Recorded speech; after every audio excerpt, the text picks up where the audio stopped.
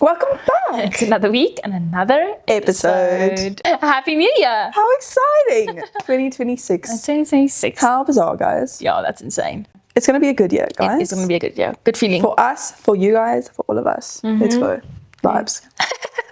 We're continuing on with our season 4 theme, which is built from within, talking about mindset and just setting a foundation for success. Everything from within. And we are continuing that theme by speaking about your mindset is the foundation today and what that really means. What we realized a few weeks ago was that it's all good and well to have a podcast talking about how we built our businesses or whatever. But at the end of the day, the mindset was what got us through the hard times, the easy times, the growth, the drop, the whatever it may be, the slow like seasons. And without a foundation and without like a proper mindset and like your base, it's almost impossible to build from that. Well, it's not impossible to build, but it's not like to build a long lasting. Something that's sustainable. No, definitely. And it's something that we have to continue working on, continue developing. It's not like just a once-off and it doesn't happen overnight. I mean, our mindset will probably change a lot throughout this year as well, and we'll grow more and learn more. Definitely. But I think the importance for us is to be able to just start a conversation around it, and so we can slowly but surely like build that self-awareness, not just in ourselves but in you guys as well. Absolutely. So let's get started. So let's talk about let's just set the scene. Set the scene of what does a mindset really mean. When we speak about mindset, we're not just you should think positively and you should always have a positive outlook, half full view on life. It's more about the inner belief. So what do you think about yourself? How do you approach a situation? Are you always negative about something, going into it? When you fail, what do you think about yourself? It's all those inner, deeper thoughts. Exactly. And like you said, it's it's the inner dialogue. It's what do you think about yourself? What do you believe about yourself? What do you say about yourself? And everything that you are is at the end of the day kind of built on that belief system. I'm going to butcher this piece of information wildly, but as far as I can remember, right? So I saw this thing on a neurologist kind of explaining the thought process and what happens in your brain. Okay, so basically all your memories are built in a triangle, if that makes sense. And your frontal cortex, your frontal cortex is the first, or the front 2 millimeter of your brain, right? It's super tiny, but all your thoughts and all your everyday life comes from that, and everything happens from your frontal cortex. And that's the one that only develops technically by the age of 25, but then now there's new studies saying it's by the age of 35. Okay. So it keeps developing. But all your memories are built up in a triangle, and any new information will be built up from the top. So the first 10 to 15 years of your life will be in the base, right? So that's your settle down. Yeah, exactly. So the base of the triangle is what your brain will usually run to, because that's information that's steady, it's been there, it's the base of who you are. And so obviously your childhood and any past traumas or whatever will go sit there, and that will kind of limit your belief system in terms of who you are, who you think you are, and obviously so how you grew up, right? So it's really hard to change that base of what you think about yourself and what your perspective is on life, but it is possible, and it just takes time. And at the end of the day, if that base keeps telling you that you're not good enough, or that you are bad at something, or if you're not, I don't know, you're not funny, or whatever it may be, then that's going to be what you run to, because your brain is going to start there until it gets to the top, if that makes sense. So it'll start at the bottom and then build from there. So if you think about it, that is the part that we need to change, and that is the part that we need to work on. So the base of your beliefs will be what you always run back to. And so it's so important for us to have the base of our beliefs be positive about ourselves. I'm not saying don't be self-aware and always be positive, but we need to change the narrative of what we think about ourselves, because unfortunately that's been built through years, and it's been built by ourselves but also by other people and what we believe. Definitely. Outside influence. Exactly. No, absolutely, yeah. And so what I realized is it's just that base needs to change. Or at least be challenged. Be challenged, yes. Yeah. I like that. And I think that's where speaking even to a professional, if you really struggle with that, can really help to challenge each of that beliefs, or journaling or self-reflecting, actually going back and being why do I think this about myself? Why when I fail do I immediately go to like, what a absolutely loser? Exactly. Like, why do we think that? Why? And is it healthy? Should I be thinking that, what have I achieved to prove this actually wrong? Exactly, yeah. Correct. Or where do these negative thoughts come Yes. from? And actually sit with that and try and understand that. And I think you get kind of like two types of people. So for argument's sake, let's say you get someone who is super self-aware and someone who's not self-aware at all and kind of doesn't want to do the inner work because it's scary and it's hard and tough, yeah. Exactly. So someone who is super self-aware has taken the time to understand themselves. Why do certain things, or why do I think a certain way about certain things? What triggers me? Why does it trigger me? How to deal with that? How to communicate? How to set boundaries? And like really understanding yourself, what you need, why you need it, and why are you the way that you are, if that makes sense, right? And then the other side is, I don't want to do the work. I don't want to put the work in. It's scary. It's painful. There's a lot of things that have caused trauma, and I don't want to go back to that. So I don't want to relive that. It's scary to go back because mentally I don't want to relive it. But at the end of the day, you can't get to this point if you don't work through the hard stuff. And working through that stuff doesn't only make you mentally stronger, understand yourself better, being able to show up for yourself better, but it also builds that resilience. It also like sets the base of your mindset. Why are you the way that you are? Yes. Why do you make the decisions that you do? That you do. And how can you improve on that and not just run to defaults? That is not always the best option. Does that make any sense? No, it makes complete sense, yeah. And so, like you said, I think the biggest thing is we need to challenge ourselves, and we need to challenge that core belief system that we have over ourselves and over our lives and over like who we are, to get to a point where it's easier. I think it's just like, I don't know about you, but I feel like life kind of became easier the more self-aware I became. 100%, yeah. Especially because you feel more in control of your world. When you feel more in control and aware of yourself and who you are, as you said, perception is reality. You kind of go in with more assertiveness and more power in any opportunity in life, in anything you're doing, or whether it's a relationship or career or whatever. Let's just take a career, for example. You might be super talented and have the opportunity and whatever, but the foundation is still, what do I believe? What do I think? Yes. What do I believe I can achieve? How do I perceive success? Yeah. What does success look like? How will I be successful? Like, how does that Laurie look, or how does it now look? And that's why it's the foundation. So you might have all these talents and opportunities and whatever, but the foundation of that is all in our mind. How do we perceive it? How do we see it? How do we think about it? And what do we believe? And like you said, if you have more control, you show up like more assertive. But if you don't understand yourself, you don't know yourself, you're going to show up with more uncertainty. You're not going to feel comfortable. You're not going to feel like you're in control. You're going to doubt yourself in everything that you do, everything that you say, every way that you show up. And taking that power back, and I see it as taking your power back by actually doing the work and understanding yourself, because otherwise people have the power. Other people have the power. If you don't know who you are, they control you. If you understand who you are, you have full control over who you are, what that looks like, how you react, then you have the power. And so at the end of the day, your foundation is like fundamental. It's not just like an add-on. Yes.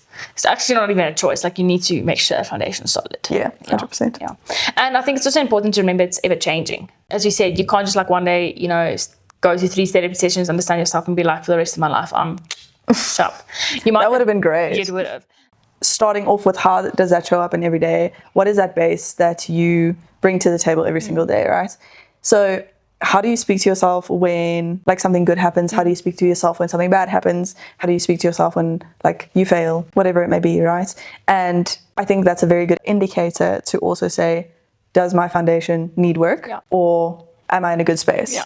And I think like your foundation can always use work. It's never a bad thing. But sometimes we know, or we can see, okay, you know what, now I do need a lot more work than I'll need in 6 months or whatever it may be, right? And I think sometimes failing is one of the biggest indicators where you kind of can see where you are. Yes. And obviously you're not going to just fail every single day.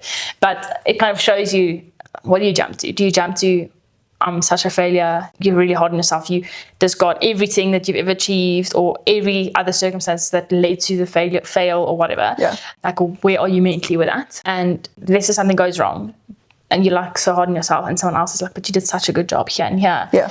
Or this is such a small like let down in comparison to where you're going or whatever. Like, that's just a very big indicator that maybe your foundation and your self-doubt isn't great.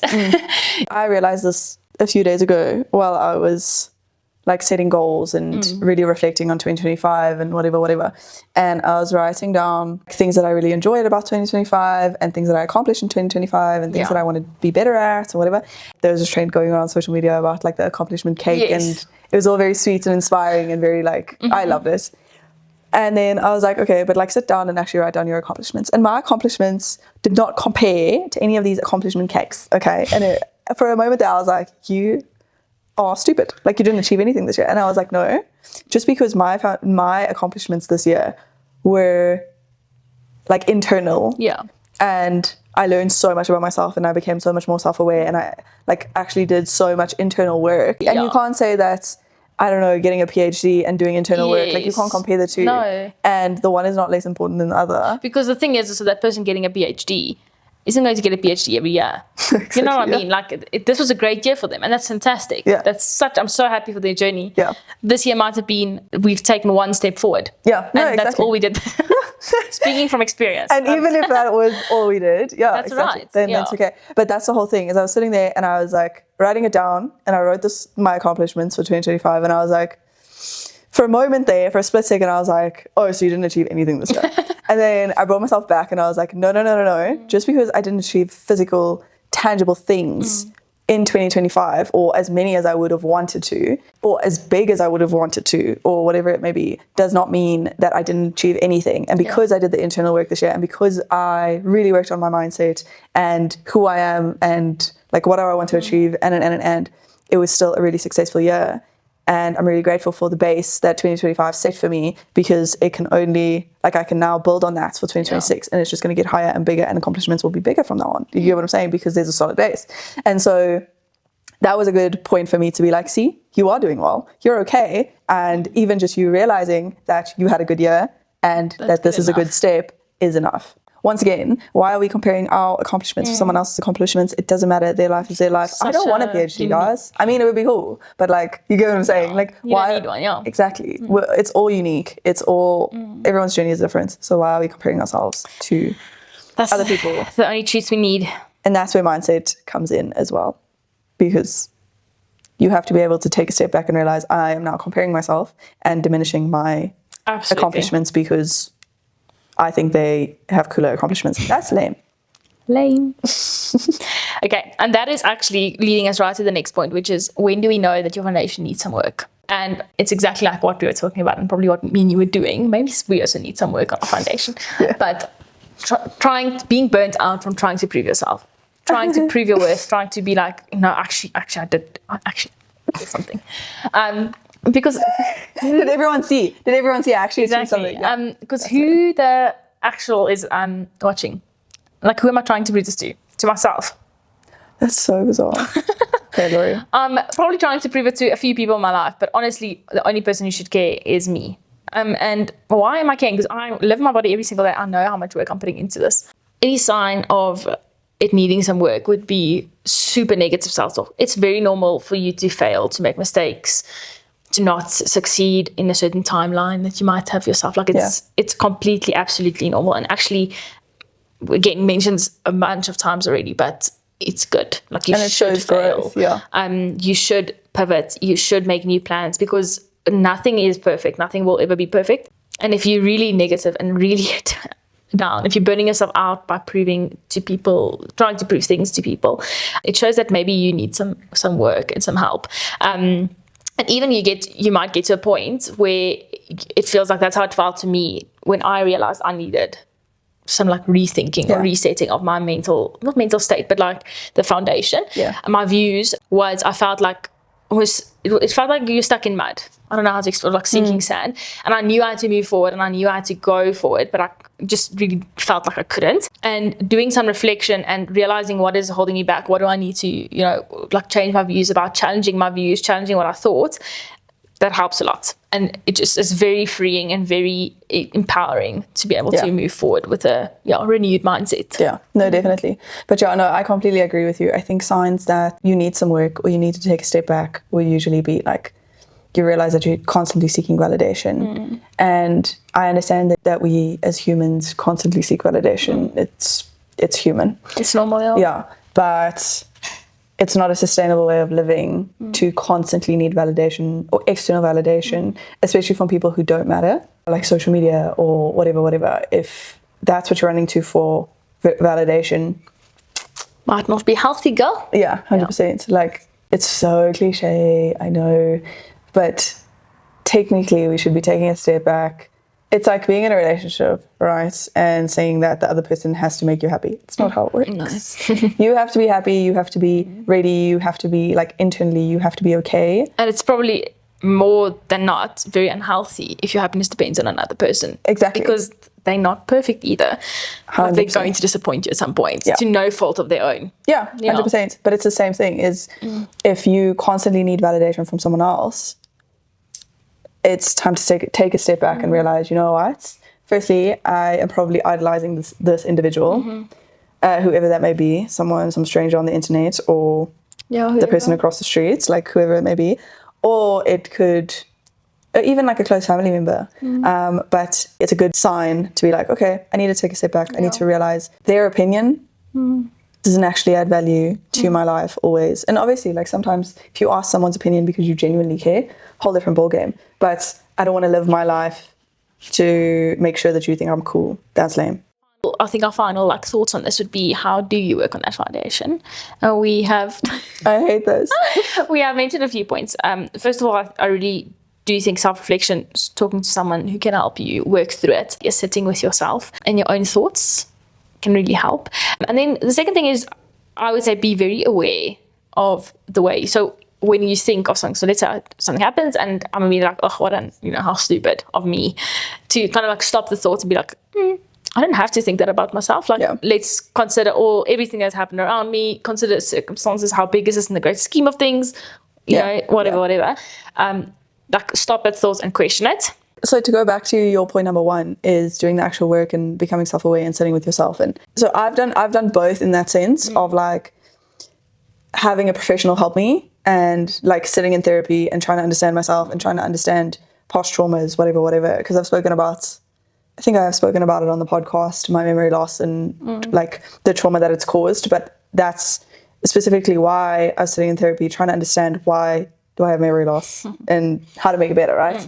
And throughout that period, the focus was on what caused your memory loss. And so you have to like go back into all these past traumas to understand what caused it. Why am I reacting the way that I am? Why is my brain reacting the way that it is? I've sat in those spaces and I've learned a lot about myself and really tried to understand my triggers and why my belief system is what it is and why my perspective is what it is.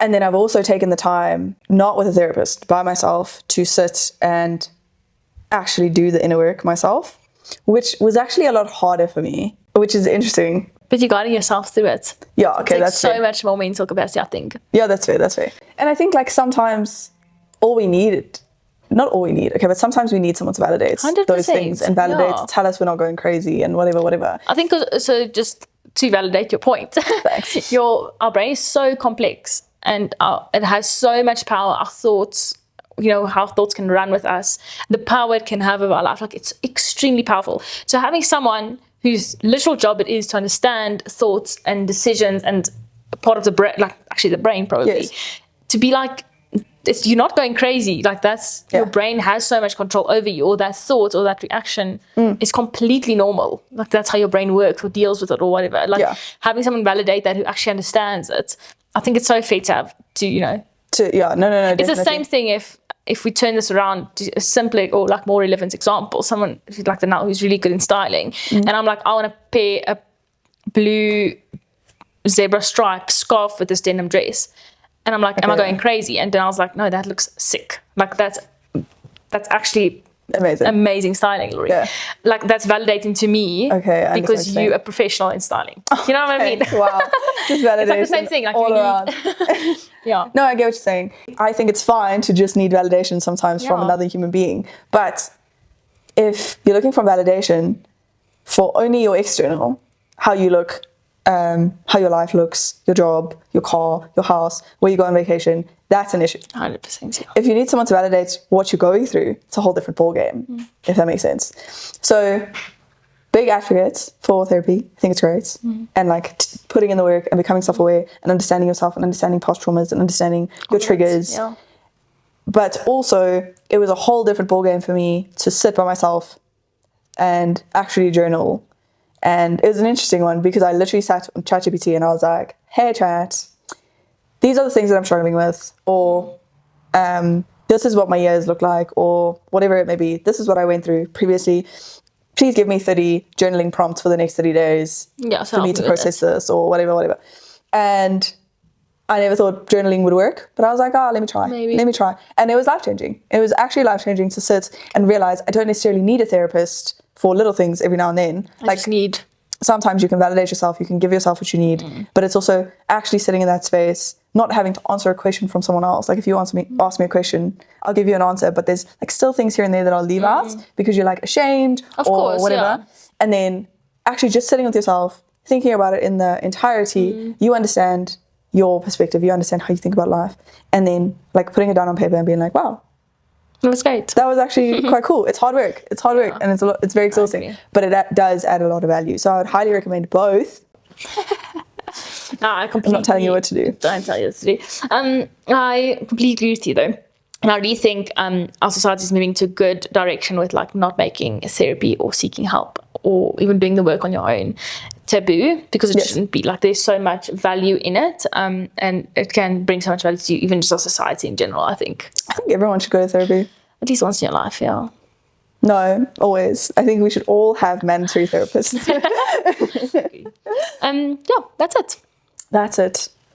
I hope that we actually added some value into your life today. And then going into this year, you can really start challenging yourself and making sure that the foundation is stable. Yeah, I think that's the biggest thing is we now realize through this conversation that we need to challenge ourselves and we need to be better and we have work to do. But I hope that something sparked for you as well. It doesn't have to be 10 things, even if it's just one thing that made you think, added some value into your life and that you can start challenging yourself with.